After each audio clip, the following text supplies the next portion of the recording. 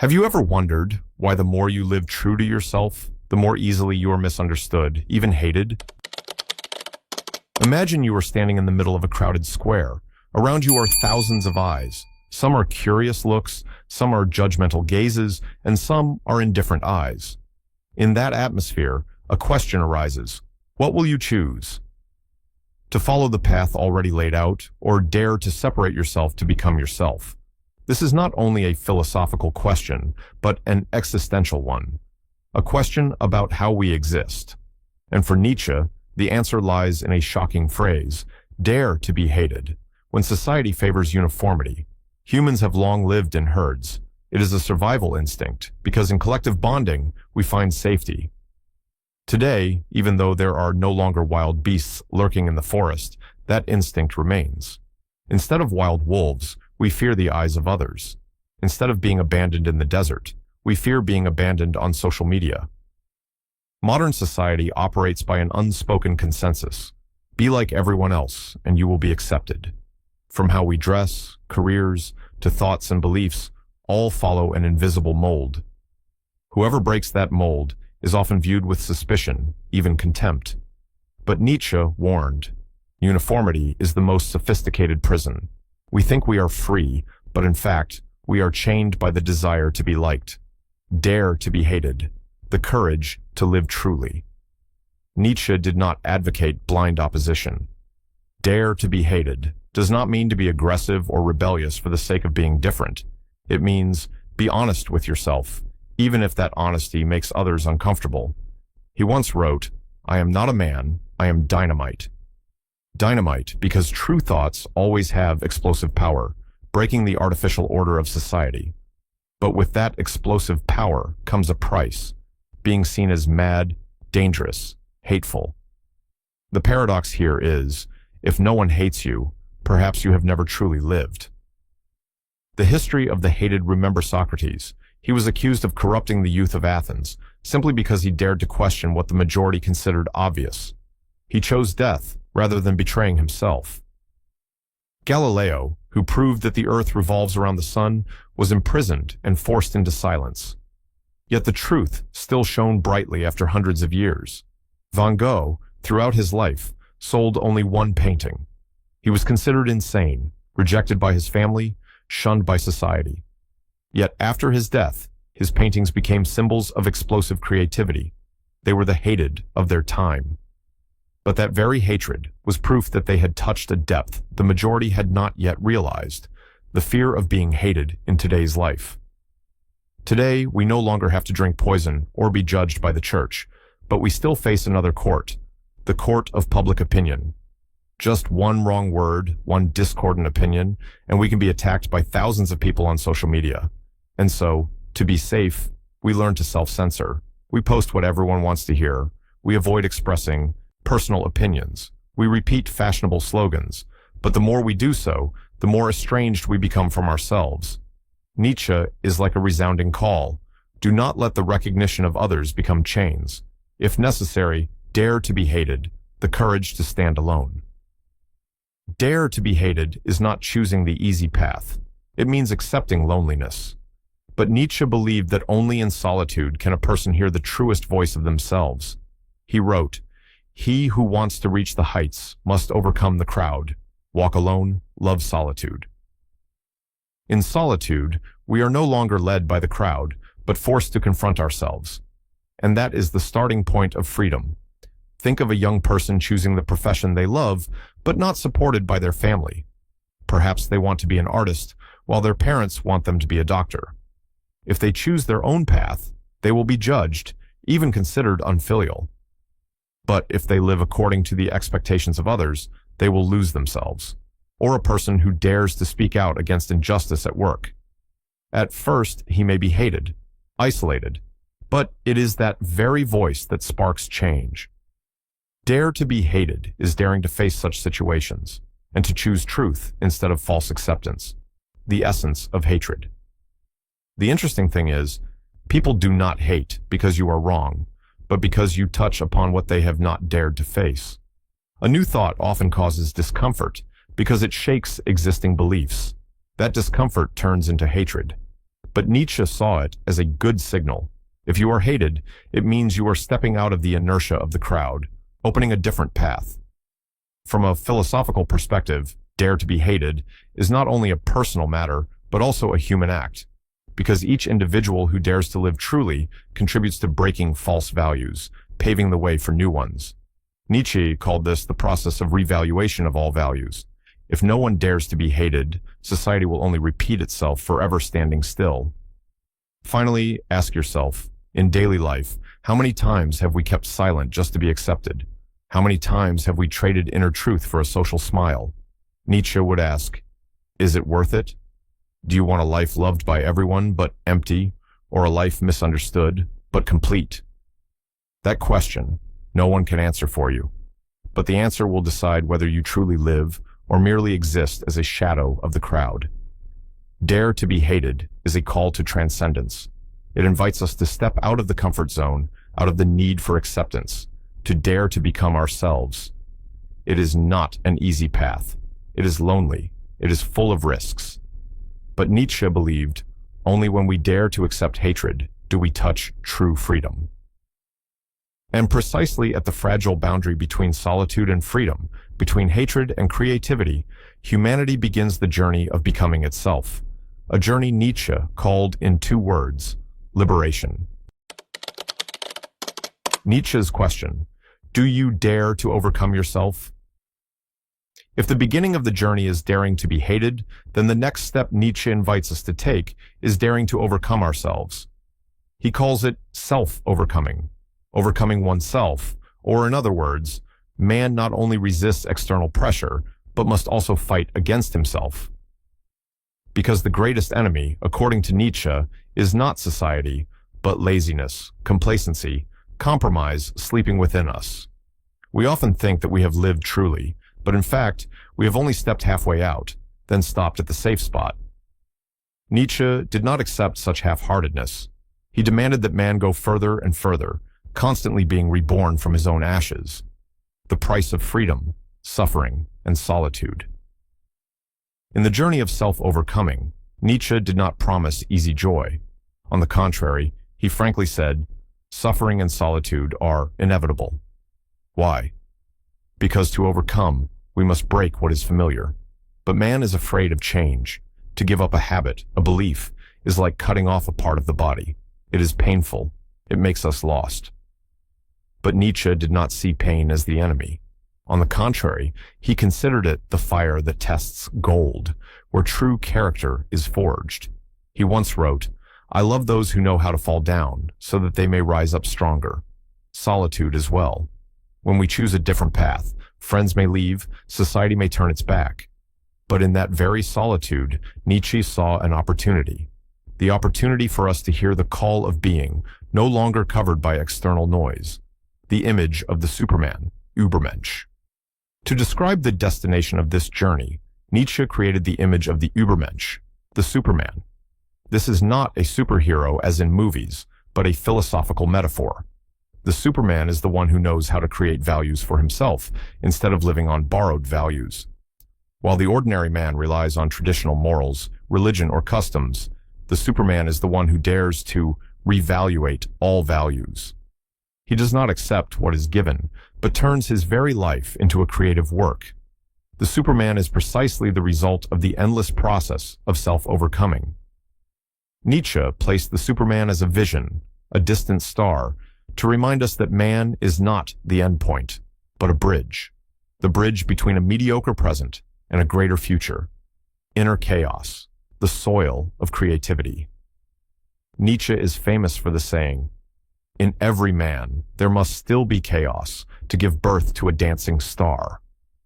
The chaos he spoke of is not meaningless madness, but the shadow, the contradictions, the pain, the desires, everything we usually want to hide. Nietzsche advised, do not repress, face it, because precisely from that chaos, creativity is born. Just as soil needs fertilizer, just as seeds need rotten roots to grow, man also needs darkness to give rise to light. Which artist, which thinker, has not passed through the abyss of suffering before creating a masterpiece? Beethoven composed the Ninth Symphony while almost completely deaf. Dostoevsky wrote The Brothers Karamazov after years of prison and illness.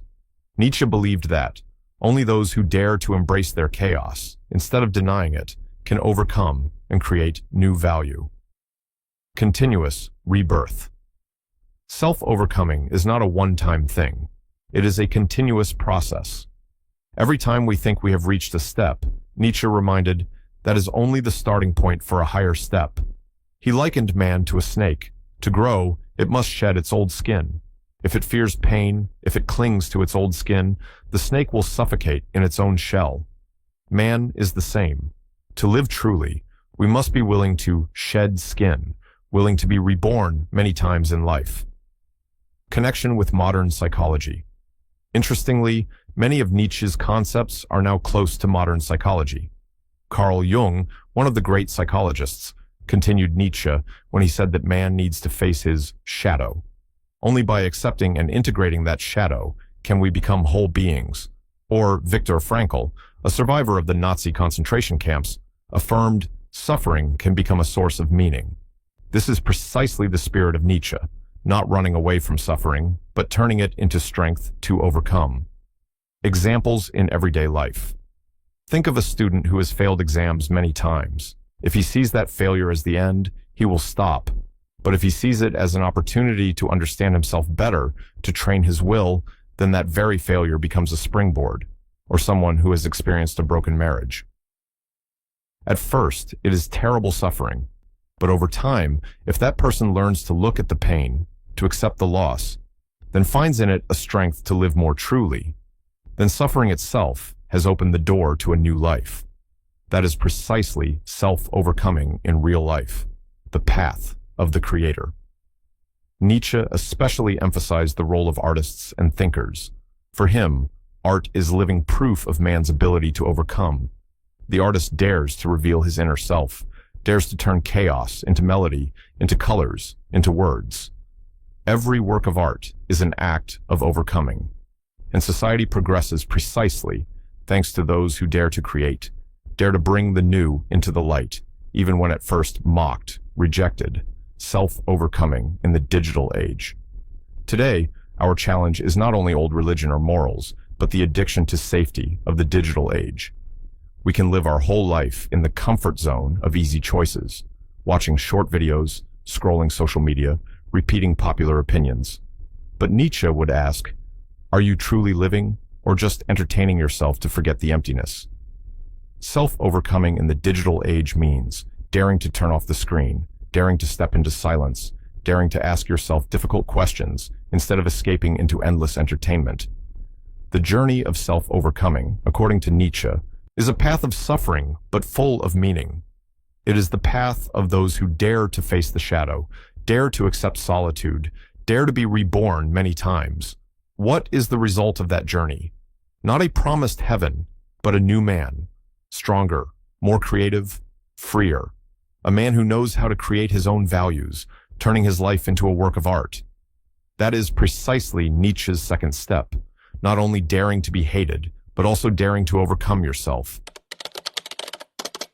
Redefining society and the meaning of life. The problem of the herd. We have seen Nietzsche invite people to dare to be hated and to dare to rise above. But if it stops there, the journey is still incomplete. For in the end, man cannot live entirely apart from the world. We still belong to society, still live in relationships with others. And precisely here, the great question arises, how to live true to oneself, yet still face the community. Nietzsche observed a frightening phenomenon, herd mentality. When living in a collective, people often lose independent thought. They think as the majority thinks, believe as the majority believes, fear the same fear, crave the same illusion. In the crowd, the individual disappears. Only the so-called we remains. But Nietzsche did not believe in that we. He called it the averaging out, turning human beings into faded copies easy to control, the strength of the one who dares to resist. To break that mediocrity, Nietzsche exalted the role of the one who dares to resist. That person may be seen as a rebel, a hated figure, but it is precisely he who opens a new path for the community. He once wrote, He who wishes to become lightning must first be the dark cloud in the eyes of men. Human history has proven this many times. Revolutions, cultural and artistic turning points all began with individuals rejected by society. It was they, through courage, who redefined what is right, what is beautiful, what is just. Redefining relationships. Nietzsche did not call on us to cut ourselves off from society. On the contrary, he invited us to redefine relationships. Instead of seeking shallow recognition, the applause, the false praise, we should seek authentic connections based on mutual respect as independent beings. This means friendship, love, family, all must be built on freedom, not on coercion. A true friend is one who allows us to be different. A true love is a love that does not demand we give up our selfhood. That is exactly how Nietzsche envisioned a new society. Not a society of sameness, but a society of courageous individuals, philosophical freedom in the digital age. If Nietzsche were alive today, he would surely raise many questions about the digital world. We live in an age where consensus can be measured in numbers. How many likes, how many shares, how many agreeing comments. Algorithms turn us into addicts of recognition. A picture, a status line, can decide the mood of an entire day. In that context, Nietzsche would say, reclaim philosophical freedom. That is, do not let algorithms decide what we like, what we hate. Do not let the digitized crowd blur the inner voice. Philosophy, according to Nietzsche, is not dry theory, but a way of life. It teaches us to question, to dare to doubt, to dare to refuse what comes too easily. Dare to live as a work of art. An image Nietzsche loved was, turn your life into a work of art. That does not mean everyone must become a painter or musician. It means live creatively, with your own style, with personal imprint, instead of just copying the lives of others. Every decision, every choice can be a stroke in the painting of life. If we live only to be accepted, that painting will be dull, soulless. But if we live with honesty, daring to experiment, daring to err, that painting will be radiant, unique. The tension between solitude and connection. A paradox Nietzsche saw is, man both needs solitude to listen to himself and needs connection to not go insane. How to balance? His answer, choose community based on freedom. Do not seek places where everyone is identical, thinks the same, acts the same. Instead, seek communities that respect difference, encourage debate, see diversity as strength. Only then can we both preserve selfhood and find genuine connection. The role of philosophy in a world of assimilation. Nietzsche once said, philosophy is a hammer to smash false idols. Today, those idols may be money, fame, power, or even just the self-image we display online. All risk turning us into slaves. Philosophy, if rightly understood, is not a distant discipline in lecture halls. It is a tool to break invisible chains, to help us ask, am I living truly? Am I believing in something I have never tested? Am I being manipulated by the crowd, a society of those who dare to be different? Nietzsche envisioned an ideal society, not one of blind consensus, but one of strong individuals daring to create. In such a society, hatred is no longer a weapon of punishment, but simply proof that we are living differently. And difference becomes the energy for progress. Such a society will be more diverse, freer, and richer in creativity. But to reach it, there must be pioneers, those who accept the cost of solitude to open the way for others. After all, why dare to be hated? Dare to rise above, dare to redefine. All reduces to one question. What is the meaning of human life? Nietzsche did not give a ready-made answer. He did not say there is an absolute truth. Instead, he handed responsibility to each individual. Meaning is something you must create for yourself. And the way to create meaning is not to flee suffering, but to face it, to turn it into material for creation. Meaning is not to follow the crowd, but to dare to walk your own path, even if filled with risks. When closing Nietzsche's philosophical journey, we can hear an echo. Dare to live true, dare to rise above, dare to recreate values. If need be, dare to be hated. That is not an easy invitation. It demands courage, demands sacrifice, even demands readiness to face solitude. But in return, we gain the most precious thing, a life that truly belongs to us. Nietzsche did not promise paradise. He only gave us the chance to turn life into a work of art, though unfinished, but our own. And in that work, hatred, solitude, pain, all become the necessary colors for the painting to exist. The final question Nietzsche leaves us is, do you dare? Dare to be hated, the journey of self-overcoming, and the redefinition of society, meaning of life. Nietzsche sketched a philosophical path, both harsh and radiant. That path is not for the weak, but opens for those who thirst for freedom. In today's world, where uniformity grows stronger, where algorithms and crowds tighten ever more, that call resounds louder.